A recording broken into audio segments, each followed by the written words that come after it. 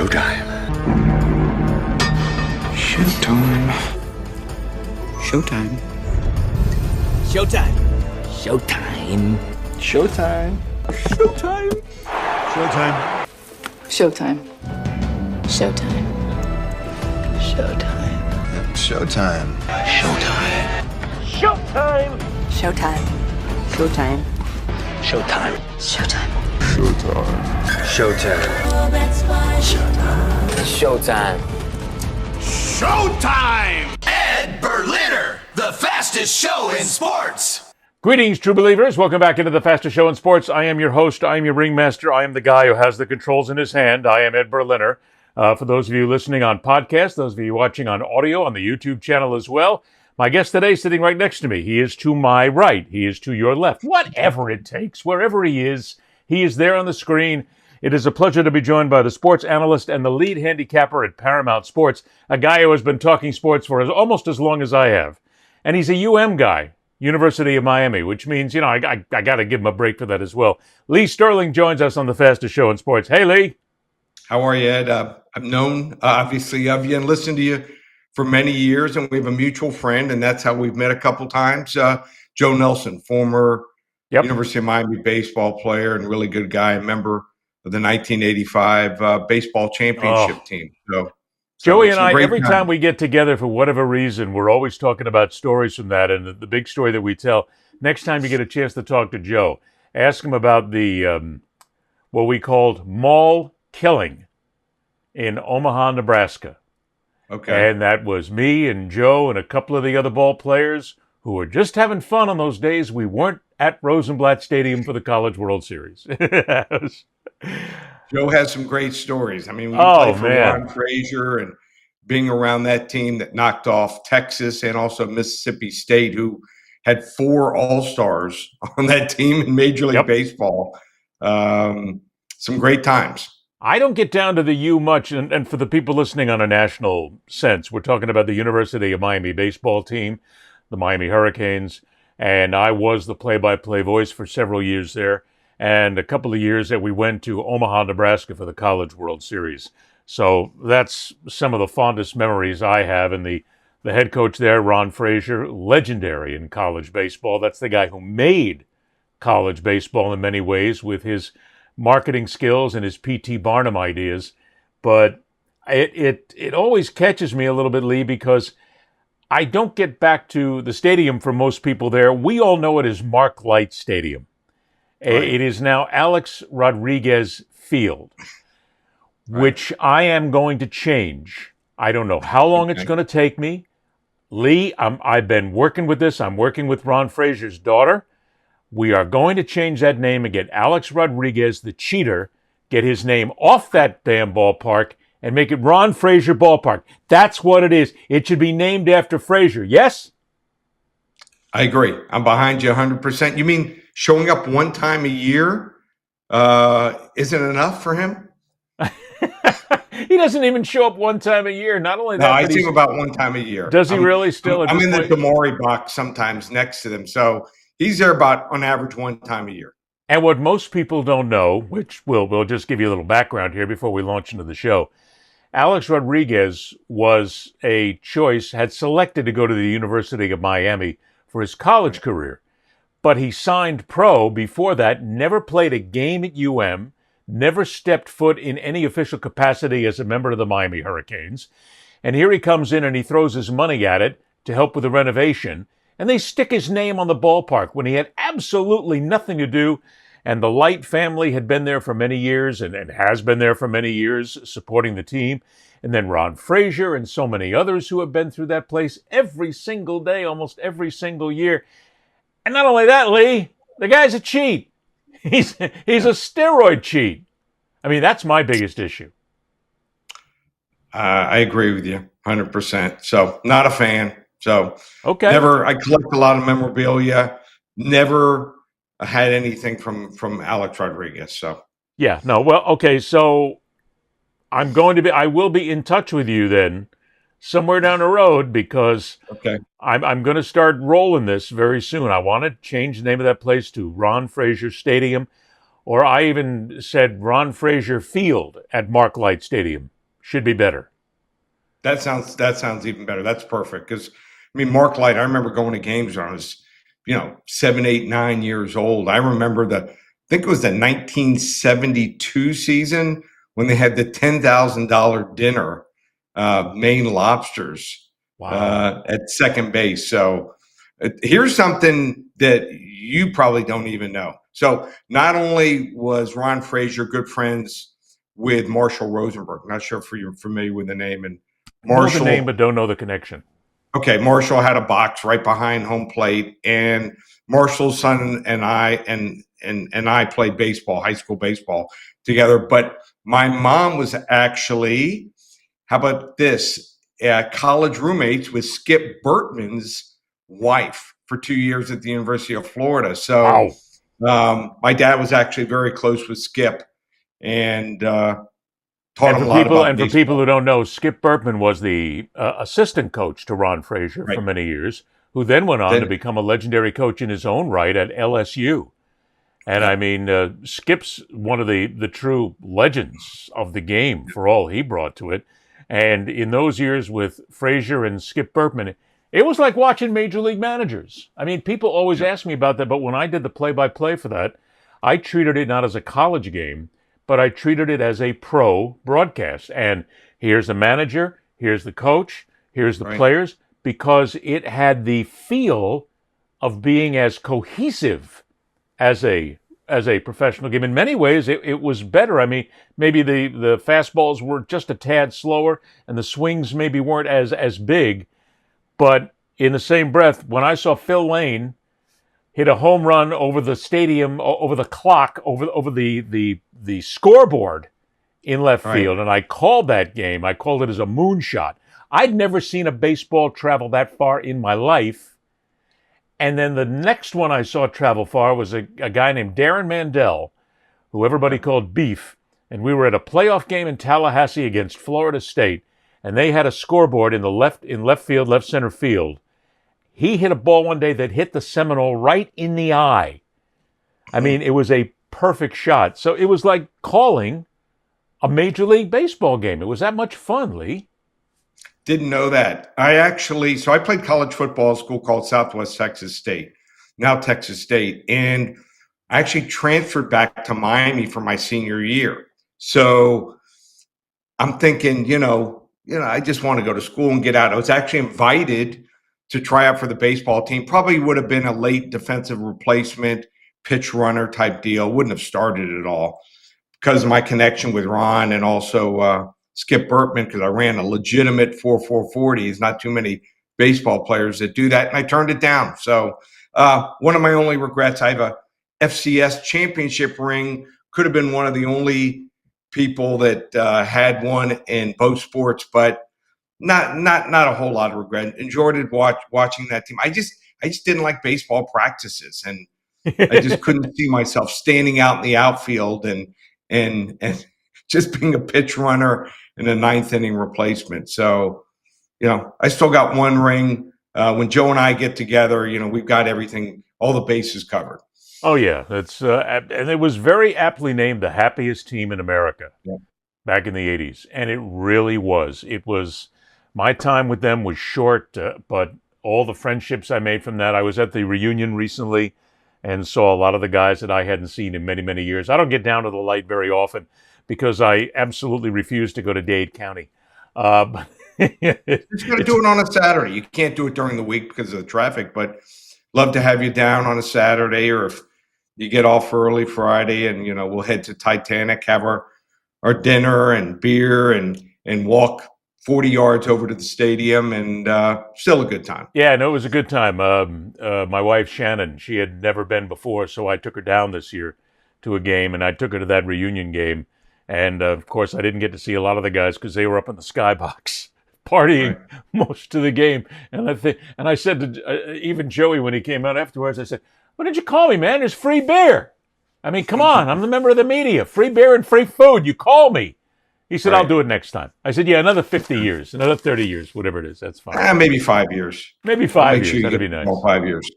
All right, let's get cooking here because we got a long way to go and a short time to get there, and we got something we really got to focus on here today.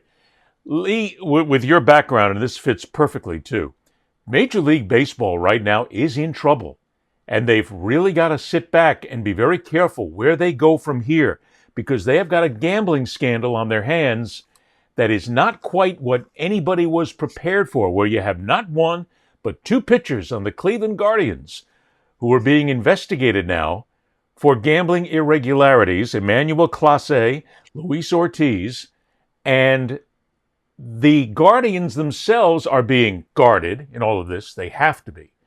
But let's think about this for a moment. You have two players under suspicion. Lee, I can't imagine for a moment that Major League Baseball wouldn't go to this level and have players taken off the field unless they had something. I mean, they're not just going to throw it out there as a maybe. So here we are in a society where gambling has become part of the sports landscape. It even drives sports in many ways.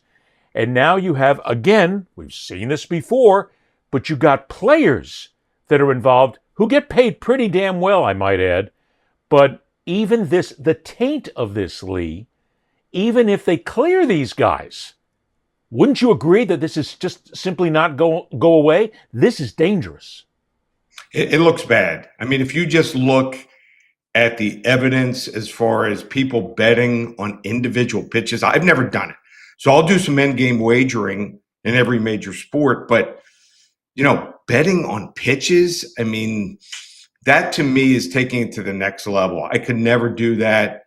So, I mean, you really have to almost be a big time degenerate or dig really deep into some algorithms to find something there. But it doesn't look like an algorithm. I mean, there's some serious allegations, and it looks like, in both cases, like they were tipping it to someone. So could be a friend, could be, someone as far as inside their family. But if you look at what is being alleged, it looks like they're guilty. So we'll see how the investigation continues. But, But wouldn't it be fair to say, Lee, that with all this and with your knowledge of wagering, if you've got a pitcher who is tipping a pitch that is being then bet upon in a micro betting scandal, if you will, somebody else has got to be in on this.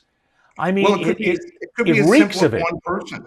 They could be, we've seen it before where people jamming in bets in kiosks, 15 to 30 bets on, in basketball, we saw that player that, he's banned for life. So, things like that. That's the only really good thing is because there's so many safeguards now, if they see an unusual something going on, they can usually sniff it out. And, if they've got the facts, if a guy's pitching his first pitch and every single time it's a ball, 12, 13, 14 straight batters when he comes in, that first pitch, well, what does that tell you? I mean, there's no real good reliever that's going to throw 12, 13, or 14 straight balls to the first batter he faces, and most of them weren't even close. So, I mean, if you're going to bet on something like that, there's a lot better ways that you can disguise it. So you want to bet some other things, but problem is people are stupid. They're selfish. They're looking to make the quick dollar, and usually doesn't work out. So I'm all for all the different safeguards that most of these different sports have. And trust me, all these different sportsbook managers, and I know quite a few of them, when they see something like that, they're on the phone to the next sports book. They're like, we just got a bet. Did you get a bet like this? We just got 10 bets like this. So, well, what can they really do, Lee? I mean, there's so many ways to gamble anymore. In Florida, the only way that you can gamble is through the Seminole casinos, the Hard Rock. Right. But in every other state, you have minutia gambling, that I've always called it, which is where it really started in Vegas, as you're talking about a quarter, a frame, an inning, a pitch, whatever it is. Right. But with regard to all this, when you say the players are, you didn't say players, but when you said people are stupid. Right. How can these guys be that stupid, and I'm talking about the players now, to basically say, I can get away with this when what you just described is a back channel checking system through all of the legitimate gamblers and all of the legitimate books, where if one person sees something on a bet in Atlantic City, and I'm guessing right now, you know much better than I do, who then contacts the person in Vegas, who contacts the person in Texas, who contacts the person somewhere else, and says, we've got something strange going on.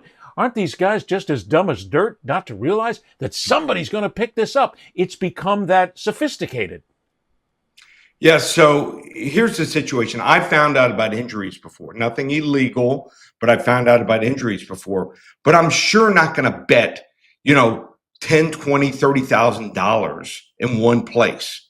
I'm going to bet at different places, and I'm doing nothing wrong. I've done some homework, and I feel, let's say, the backup quarterback isn't even close to the starter, and I find out about something on a Wednesday, I'm going to bet it. I'm going to bet it many different places. Now, there are some states still, believe it or not, like Mississippi and the state of Washington, where you have to be on site to wager. And we know now that 95% of the bets are bet through an app.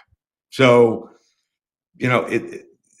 the bottom line is some of these states like New York, New Jersey, Michigan, they're picking up on things. Ohio was one of them. There was another gambling, something going on with a college coach. I don't know if you remember that about 2 years ago. Yes. Where a college coach tipped that his starting pitcher was going to pitch. And a friend of his ended up, I think it was in something like Louisiana or something like that, some state in the South, an SEC school.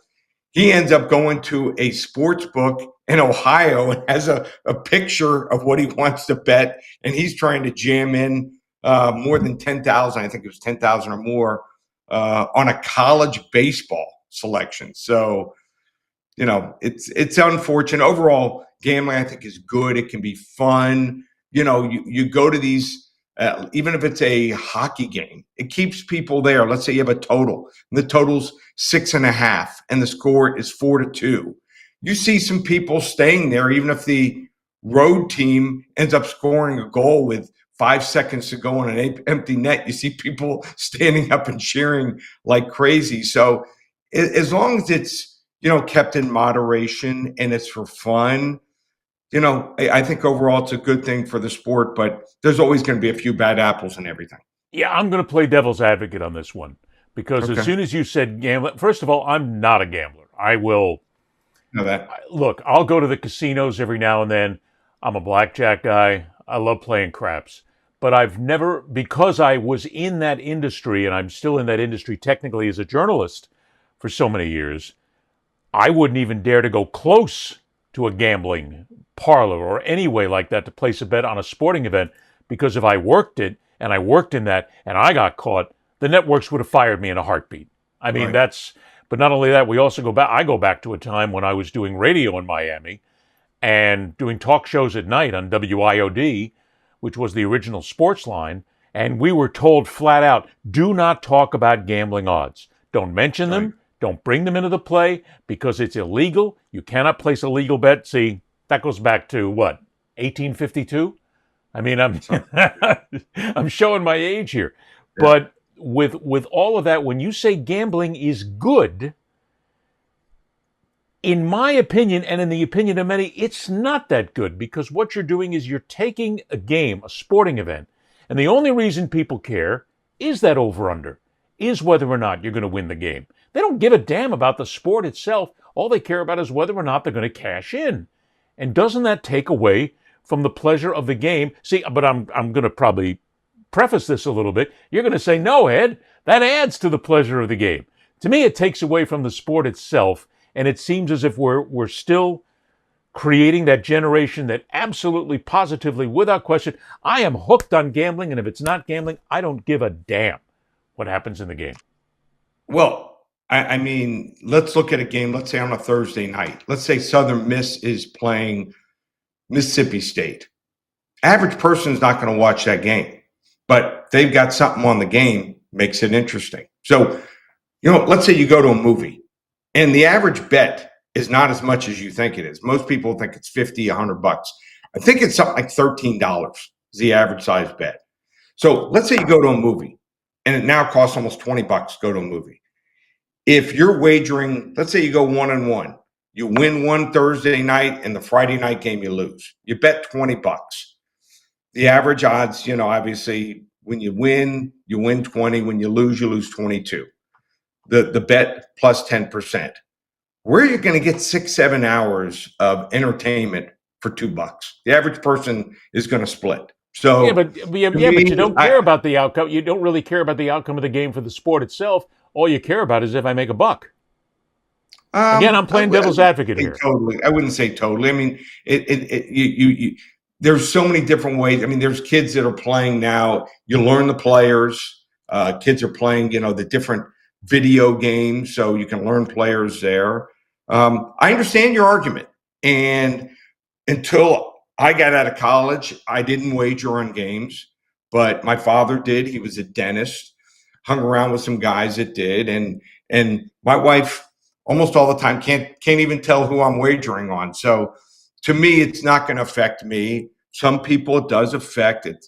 I don't think it's as bad as smoking or some other things. So to me, it's more entertainment, as long as, like I said, you can learn how to, handle it in your life. There are some cases, 2-3% of the people that have trouble gambling. And hang on right there, because you will admit that gambling is an addiction.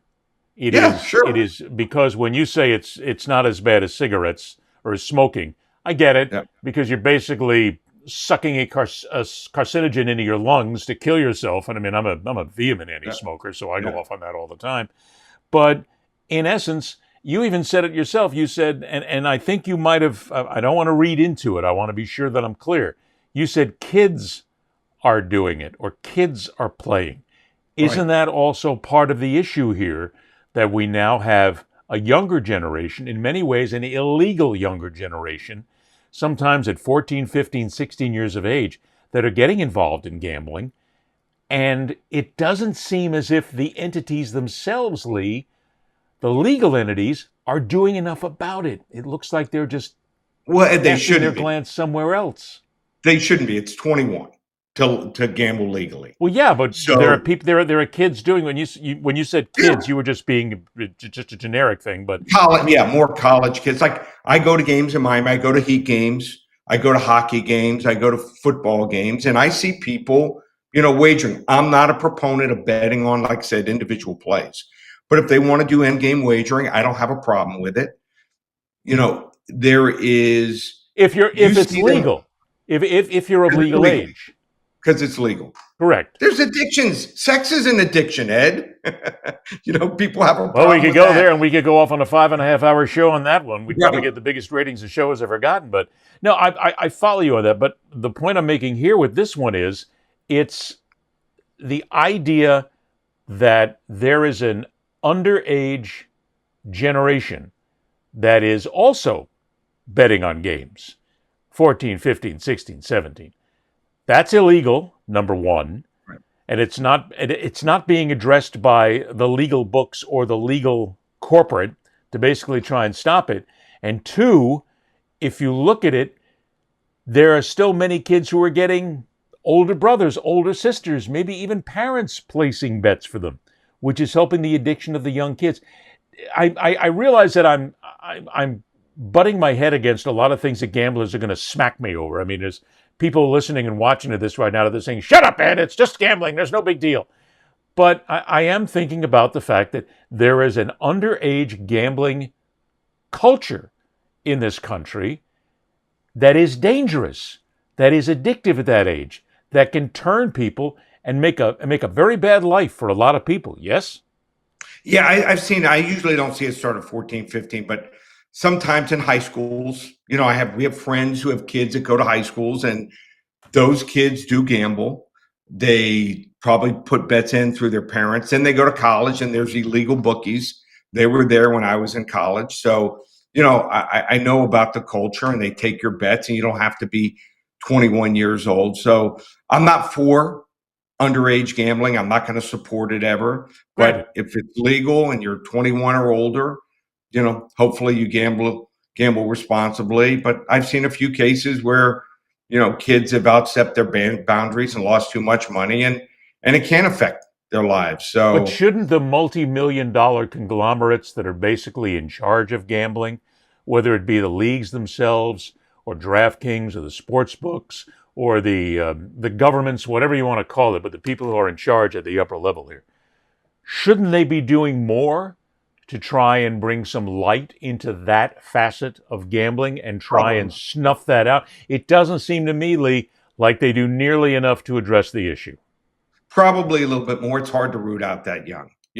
What happens is a kid, let's say 17, 18 years old, high school senior, freshman in college, they're going along for a couple weeks, couple months, and they're back and forth. And then they have a real bad weekend. And let's say they lose $2,000-$3,000. They're trying to catch up. They're down 400 or 500, and they do a couple, 2-3 bets, double or nothing. And, we've all heard about Make-up Monday. They get to Monday night, they're down 1,000.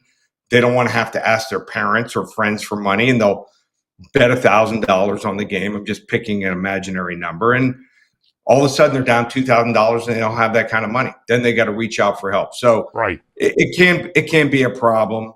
But the biggest problem might be, these different, casinos and sports books that dealing with the big time players. They will keep giving them credit. I mean, I've been in Vegas and I've seen people get markers for, hundreds of thousands of dollars, and they're gambling and they're exhausted at 2, 3, 4 in the morning. And I'm playing, 25, 50, 75 bucks a hand. And I see guys playing a couple $1,000s a hand and losing, and they're doing nothing about it. And they keep asking for marker after marker. At that point, they should step in and say, listen, you probably had enough tonight, but very rarely to say. Yeah, but isn't that fantasy in many ways? Because the casinos, once they got you in the door, their job is to hook you, which is why there's no windows to see outside in a casino. They continue to keep it as cold as possible in the casino. They have carpet, which is in a myriad type of designs, which kind of fixates you and almost hypnotizes you at a time. The lights, the smells, everything that goes on, that's their job. Let's face it. And never a clock. You'll never see a clock. Never a clock in a casino either. The casino's job is to bankrupt you. It is to take every single dime that you own. It is to take your mortgage. It is to take your kids' education. It is to take all that. But then again, if you're an adult and you're in there and you're shoveling your life savings away, why should we stop them? I mean, it's a catch-22. You got to stop people from sometimes hurting themselves, right? Well, let's look at my profession.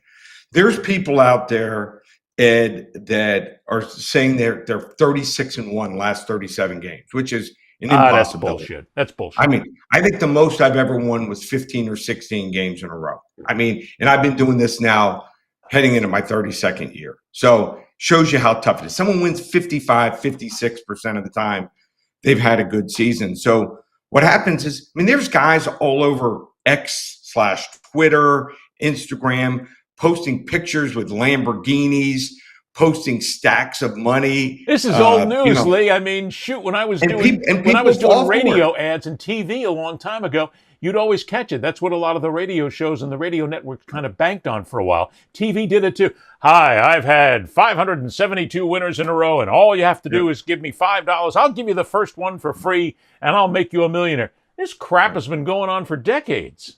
And people fall for it, Ed. And they fall for it. They're suckers. Yeah. I mean, I run across it all the time. I'd say probably half the people that sign up with me for the first time have had a horrible experience before. They have usually signed up with one of these hucksters and using a fake name and pictures of boats, cars, homes, stacks of money, women. They'll fall for it all. There comes back to sex again. But if they do all this and people still fall for it, why should we care?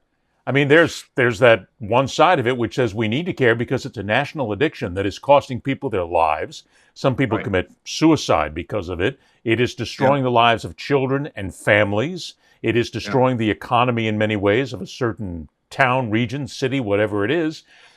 But someone's going to be that inherently, unbelievably, galactically stupid and is going to basically shovel all their cash at a casino or or OTB or any of these other places where they can place wagers. Why should we care? Every single profession, Ed. There's people running scams. They're saying that you can get 30 to 50% on your money back for 1 year. It's been guys like Nevin Shapiro running scams. Oh, so Jesus Christ. Every profession, Ed, there's a scam. It just obviously you and I think a little bit different, but I think there is more that the sports books should do to try to make it, where people are, doing it between the guidelines and there's less problems, but nothing's ever going to be perfect. They're not going to do it here, Ed. They're going to spend their money somewhere else and get scammed somewhere else. Well, there's that line that's always in there. It says, gamble responsibly, bet responsibly. And that sometimes is the only guardrail that is out there for anybody when it comes down to gambling advertising. I've seen it all. I've seen it in the app advertising. I've seen it in the various casinos. I've seen it from DraftKings. And it always is at the end. We're going to make you a millionaire. Go ahead and come on in here and spend all your money. We're going to be just fine. And you're going to make a fortune in this and you're going to be a millionaire. Gamble responsibly. And the people they have promoting it. The new thing now is to pick the beautiful woman and have her talk about gambling. I've had a couple of them call me. Yeah, they call me. I've had a couple of them call me and they admit to me, I haven't done this, but a year or two now, I heard you on radio, I'm trying to get better at this, but bottom, they don't want winners. You think DraftKings is going to sponsor a show or no, they want losers. They want people that just throw out wagers and have, sound like they're semi smart and they'll spout out a couple different facts. So it is what it is. And it's a I just business. stay in my They're lane in it to make money. Last time I checked, the casinos are not there to make sure that you're happy and wonderful and you're having a great time. Look, you don't even get free drinks anymore in the damn casino when you're at the tables. And there's no more buffets. You can't even eat those anymore. Those were great to go to. You're at the wrong casino. They still give out free drinks almost everywhere. Where? Not at the Hard Rock. Not at the Hard Rocks in Florida. Yeah. Well, that's the Hard Rock. That's why I don't go there. Okay, so, but that's the difference. But they're all. I'm different, Ed. I can go to Europe for 2 weeks and not place a bet. So, baseball, I'm not as proficient as baseball. I used to do it. I have two people that work for me, and I give it out to my clients because I found two people to win for me. But I can take off for a couple of weeks and not make a wager. So, you're always in every single line of work. You're going to find scammers. So, there's radio stations, that try to get people from another station, hire them, and they promise them the world. So, don't talk to me about the shitstorm that is sports talk radio and news talk radio. I could go off on that. We could spend another 12 hours on that and how bad that's been. Would it be your advice then that if you're watching TV, if you're listening to the radio, if you're on your app, if anything, and you're seeing this come through, where somebody is out there saying, I'm the greatest gambler in the world, I've got 56 winners in a row, I can make you a fortune, all you have to do is send me your name and address, I'll give you the first 5 bets for free, it won't cost you a thing. If you see something like that, run as fast as you can, because if you do not, you are the dumbest human being on earth. Agree 100%. So then what does the gambler do then? Because look, it's legal. We should talk about, in that sense, it is legal. So where do they go if they want to learn how to gamble? I don't see. There's another thing too. I know people who say, "We'll teach you how to gamble." I don't know if that's possible, Lee. I think that's you either have it or you don't. Oh no, you can. There's podcasts. Back in the day, there was no stats. There was no internet. I remember running to Al's newsstand in South Miami to get newspapers from different cities. That's how I, looked at injuries. Then I progressed with my father. I had a client who did very well, and he loved football. We used to go to spring games for about 10, 15 years. I went to spring games, and I would look for new coaches, new offensive coordinators, new quarterbacks coming in. If I could find two of the three, I'd go to, let's say, 3 or 4 spring games in a week over 3 or 4 weeks. If I caught 10 or 12 spring games, there's going to be a couple teams I'm going to be able to find something out about and get an edge. So, looking at stats and algorithms, there's so many different things that are available to you. Like I said, it's being responsible, and there's a lot of math-based stuff there. I think I've been successful because I can use my background as a former college quarterback and also being pretty proficient in math. So I try to use both together. And if you're going to use someone, if you're not going to do it on your own, use someone who is using their real name, and somewhere either on their website or some tracking service, they've got a history where you can see every game that they've given out for at least the last 4 to 5 years. Is it fair to say that since they are now completely in bed with the gambling industry, Major League sports, and even to a not much even a lesser extent, but college sports in America simply could never survive again without gambling? It is now a part of their DNA, and it will always remain, and it will grow and increase as we move forward. Yes? Yeah, but we don't see that many scandals, Ed. Let's be honest. I mean, you hear okay, about but hang on. But I'll get to that in a second. Let's stay away from the scandals. But for the fact, indeed, it's just the sports themselves.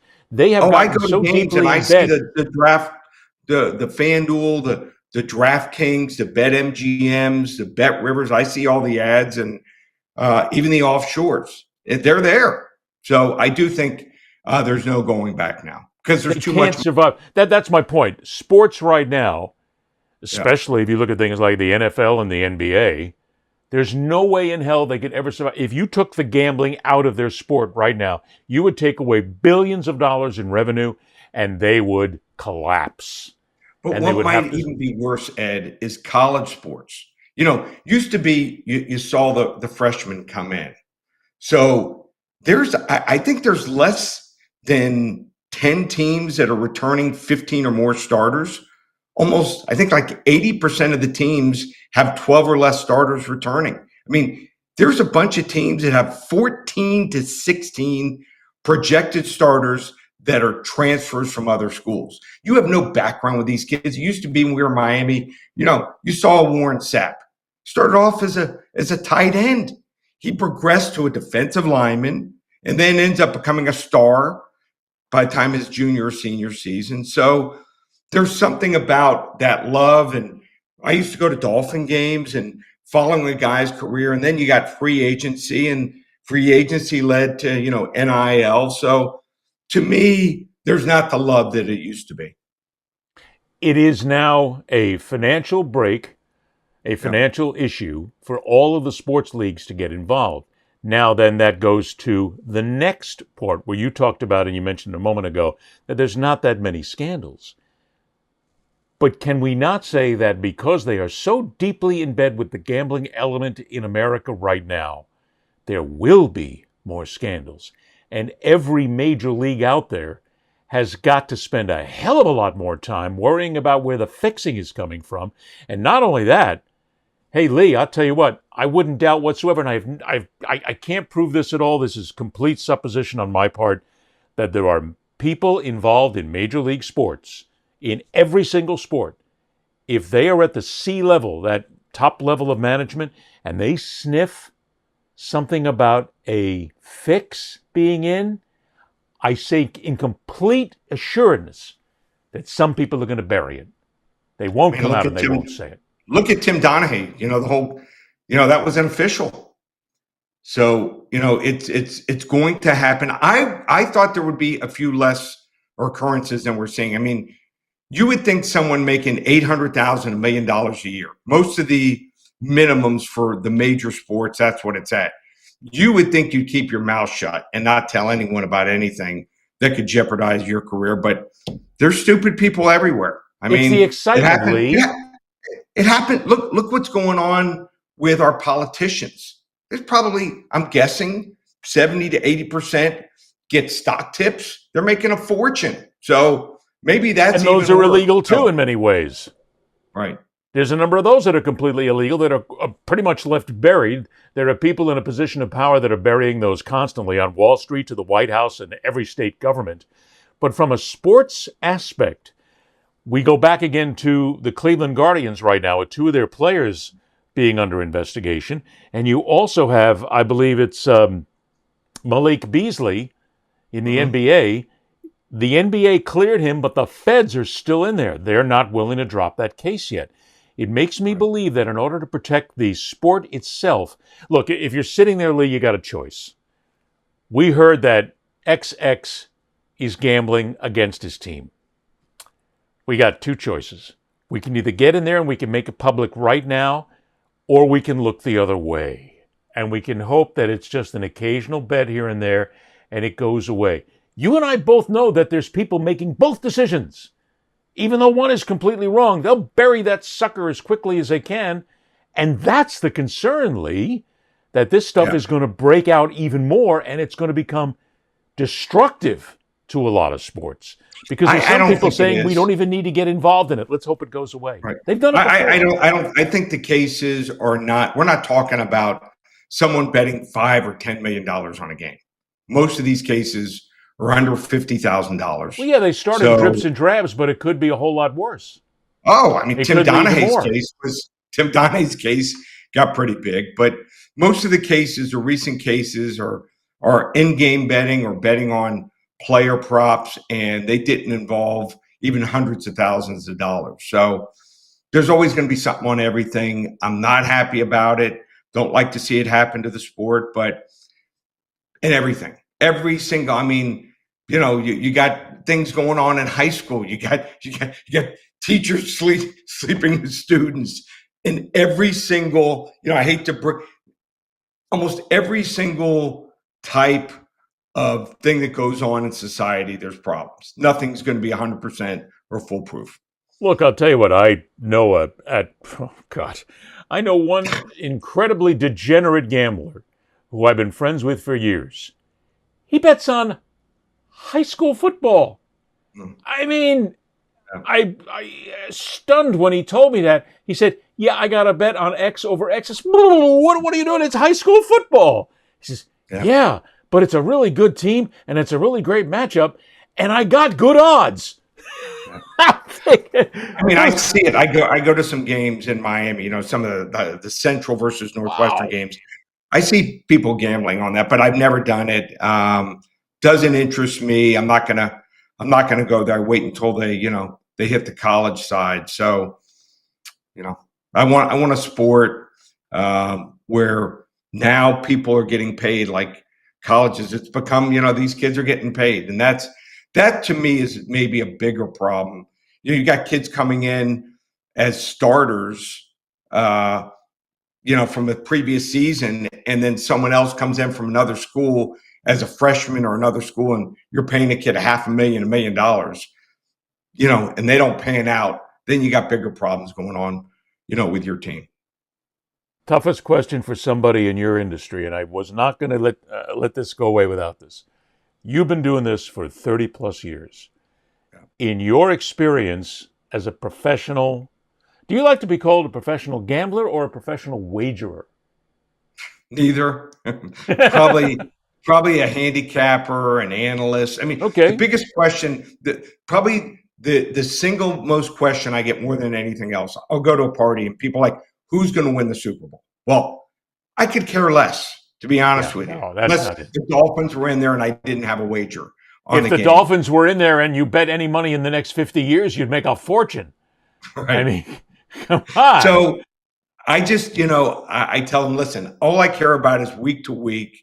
You know, I'm looking to make my clients happy. I'm looking to win money for myself. So, you know, that's where I am as far as that is concerned. You know, it's okay. I don't care who's going to win the Super Bowl. I use sports. You know, I mean, I'm on almost 50 stations across the country. Right. So, I mean, I'm not just for someone who's gambling on a game, Ed. I get a lot of people who say they like to hear my insight. Let's say I'm on in Jackson, Mississippi. It's one of the cities I'm on in. And I'm going to obviously break down and predict Ole Miss and Mississippi State each week. You know, they don't want to hear the local broadcaster tell them each week that they think Ole Miss and Mississippi State are going to win and cover. They'd like to hear my honest opinion, and I break it down from a former quarterback's perspective, how one team. You're another analyst, another professional role. I get that. Will attack another's defense and looking to give them some points that they haven't heard, from their sports talk show host or an analyst. So those are some of the things. Well, but before I get to the one question that I was going to ask, what you just talked about, isn't it fair to say that most talk show hosts, and I'm going to include myself, I don't give gambling advice. Lee, I'm the worst in the world. People come to me and they ask for my advice. Who do you think is going to win? I tell them, I'm going to tell you who I think is going to win. Now, I want you to run to the window at your nearest casino, and I want you to bet exactly the opposite of what I've bet. And you will win money. And 9 times out of 10, it comes true. So I don't even put myself in that rut. That's why I talk to the experts. But is it not fair to say that all of these talkers, not all of them, most of them, 99% of them, don't have a farking clue what they're talking about when they talk about odds and gambling? I would say a lot of sports talk show hosts know their teams fairly well. Well, but know their teams when they're talking about gambling on the teams. Knowing the teams is one thing. I can break down, without question, I can break down just about any team, and I can talk to you intelligently about what's going on. But in making a gambling pick, most of them have no freaking clue what they're talking about. Right. Yes? Well, because there's situations like Nick Saban. Nick Saban is a winning coach, maybe one of the greatest, maybe the greatest of all time. But look at his record as a favorite laying 25, 30 points or more, or facing one of his old assistant coaches. Usually doesn't run up the score. Those are some of the things that I'm looking for. So you look for tendencies. There's tendencies. I love to play on coaches for or against that have been coaching 5 or more years. You're going to see a lot of tendencies in coaches. So, but back to the question that I need to ask, which to me is the one that is germane to this conversation. In your opinion, of somebody who has been there for so long, looked at millions of games and events, which of the professional sports, even college sports, I'll throw it in there, in your opinion, is the easiest to fix? So it used to be college football. They had injury reports. The ACC actually, and I was there at their ACC media days, their commissioner said that they're going to start reinstituting injury reports starting on Thursday, Friday, and Saturday morning. Last year, only the Big Ten did it. So there was not official reports released in the past, but it looks like there's a wave to where someone obviously upstairs is telling them to do that. So it used to be college sports because you saw injuries that were reported, and the discrepancy, the difference from a starting quarterback to a backup quarterback was bigger. Now I would say it's the NFL. The NFL is pretty good at policing as far as injuries. There's 32 teams, and the injury reports are pretty good. And obviously there's going to be some cases where a lot of cases where games come down to the last drive, but there's certain tendencies, that after you see the injury report and you see the teams and the teams, I would say NBA is very tough. You got to pick and choose your spots in the NBA. Baseball can be good, but a lot of people don't have, the patience to sit out and wait 3 or 4 days for a real good bet in baseball. And hockey, I'm not proficient enough in hockey, even though I have a hockey handicapper that works for me. But I would definitely say the NFL right now is the easiest sport to beat.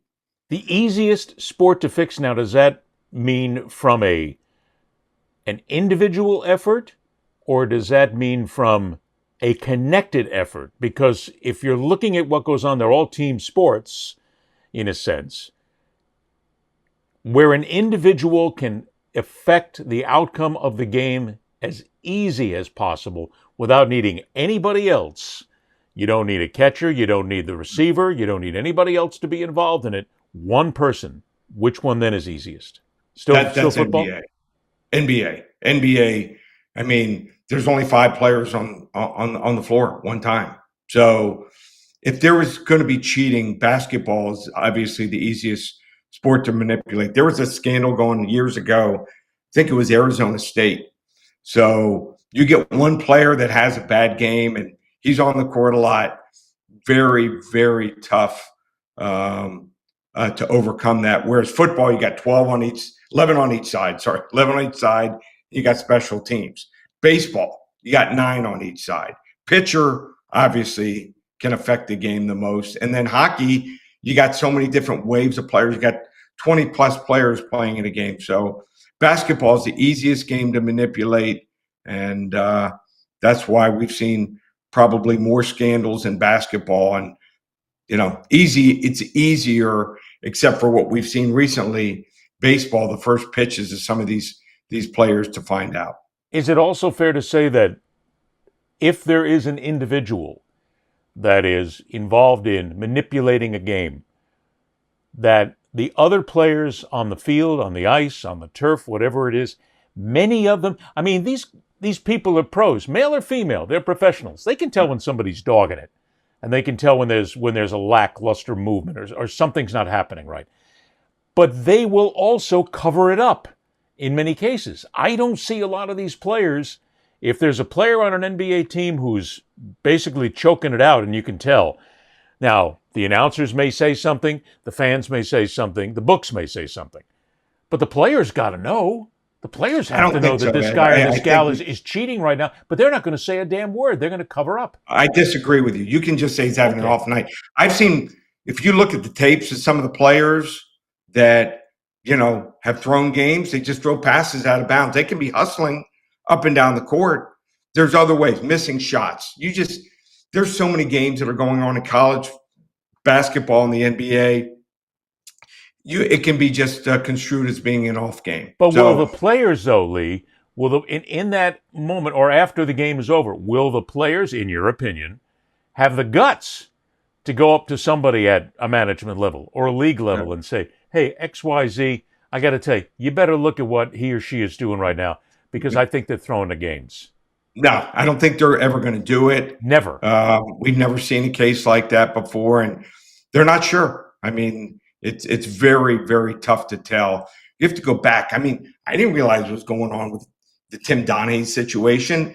This was an official that was fixing games. Right. You had to go back. I just thought he was a horrible official.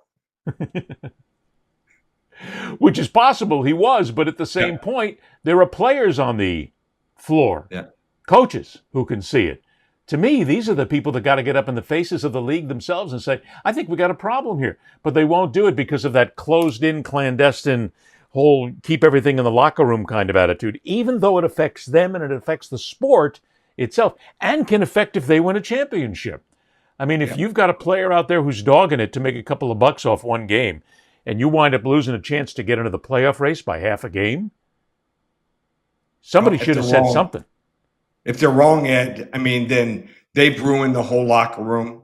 And I think it's very, very tough as a player to figure something like that out. So I don't see that happening anytime soon. And I thought that, the money, and it's usually the role player we're seeing that does it in the NBA. Baseball, where I'm talking about a closer, which is shocking.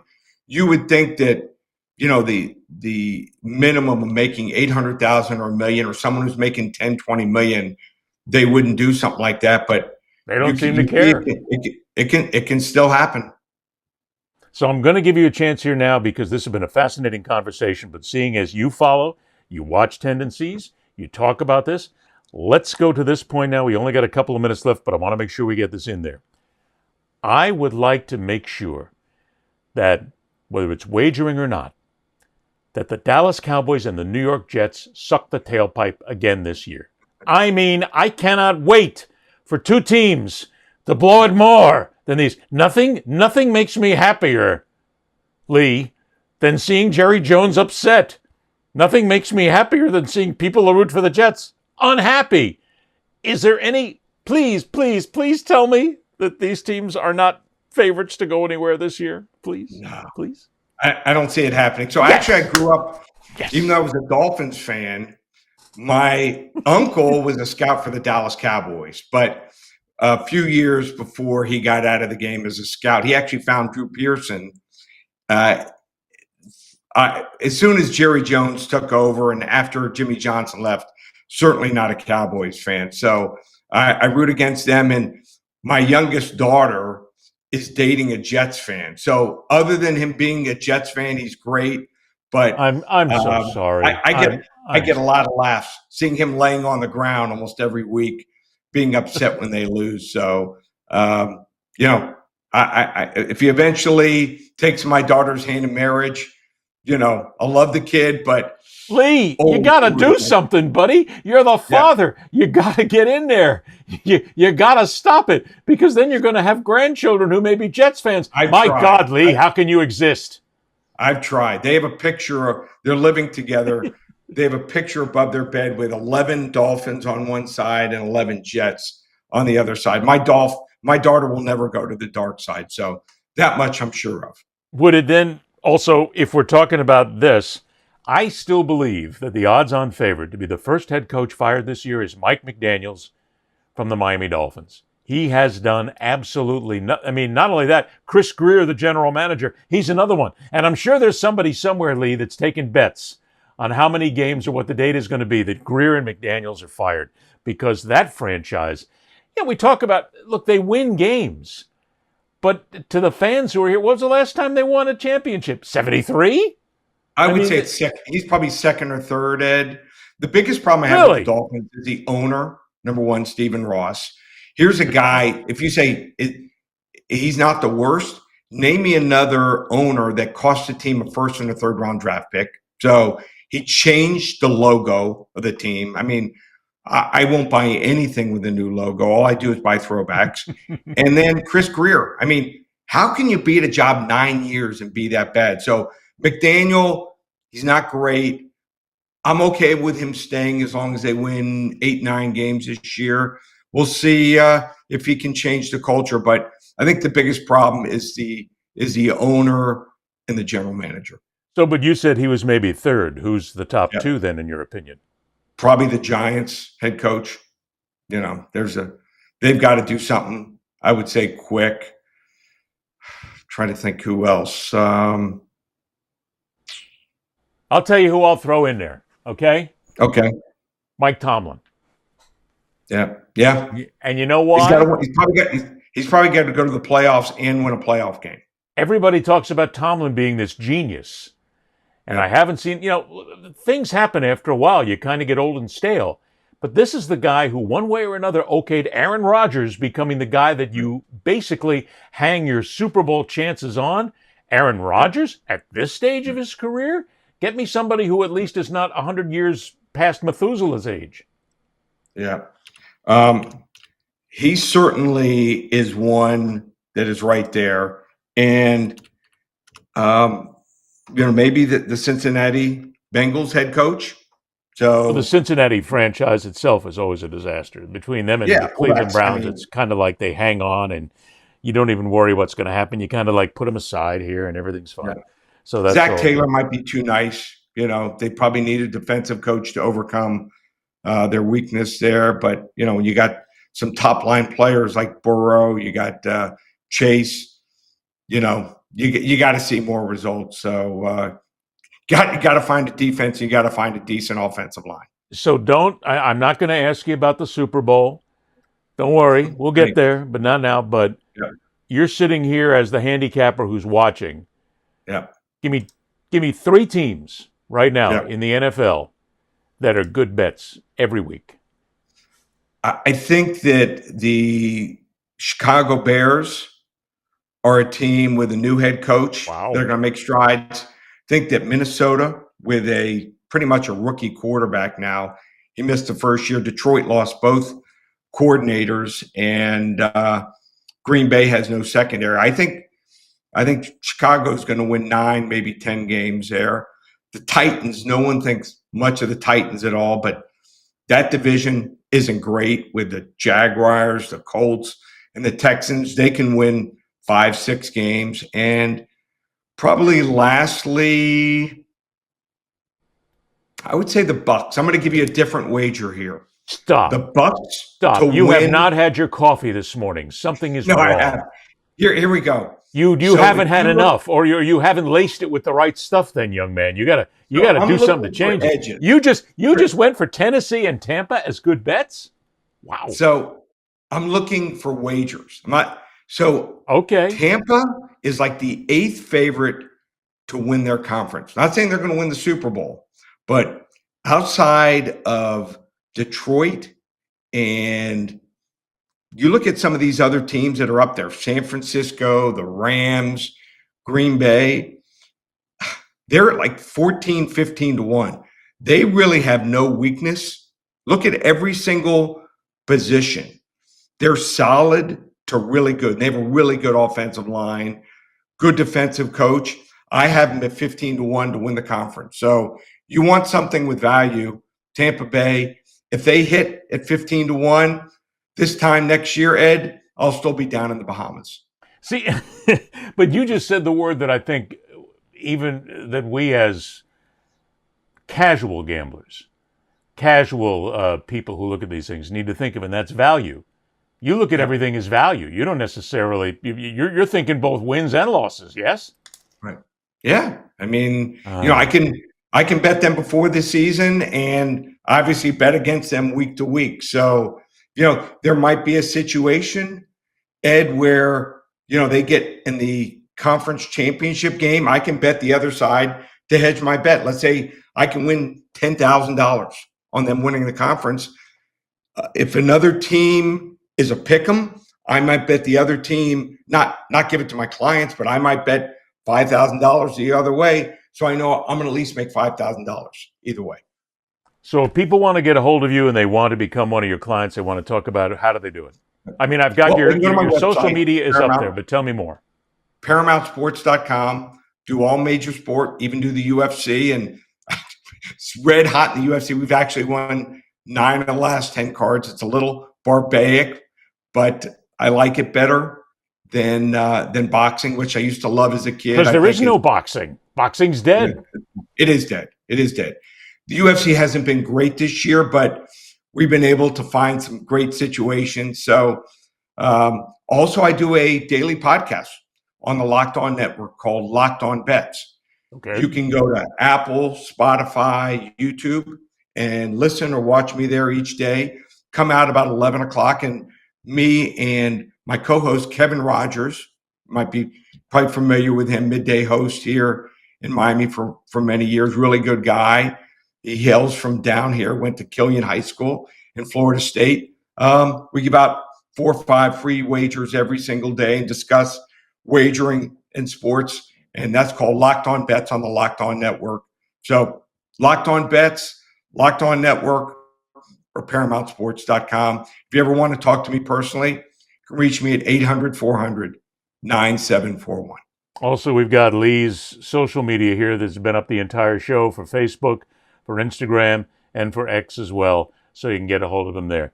Lee, we got to do this again. We ought to do this because we have been my co-host Mike Wise, who joins us occasionally when he is not being banned from broadcasting in Panama. He always says, "We got to get a handicapper in here, man." So let me work on these things.